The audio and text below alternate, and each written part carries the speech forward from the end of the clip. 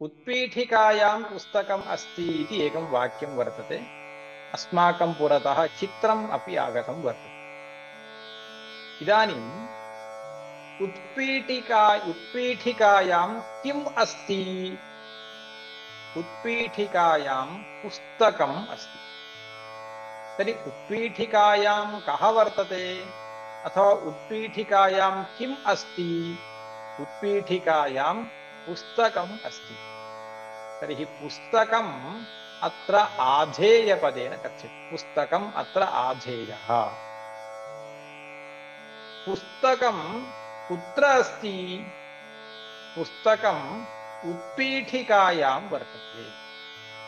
पुस्तकं कुत्र अस्ति? पुस्तकम् उत्पीठिकायां वर्तते।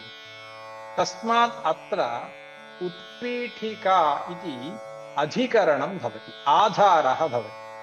तर्हि पुस्तकम् आधेयः, उत्पीठिका अधिकरणम्।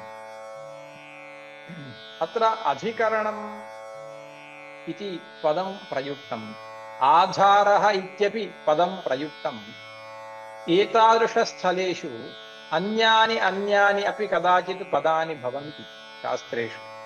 पश्यन्तु, आधारः आधेयः इति प्रथमतः ज्ञातव्यमस्ति, आदौ ज्ञातव्यमस्ति। इदानीम् आधेयः इति स्थाने कदाचित् आश्रितः इत्यपि शब्दप्रयोगं कुर्मः। आश्रितः, अत्र पुस्तकम् आश्रितं वर्तते।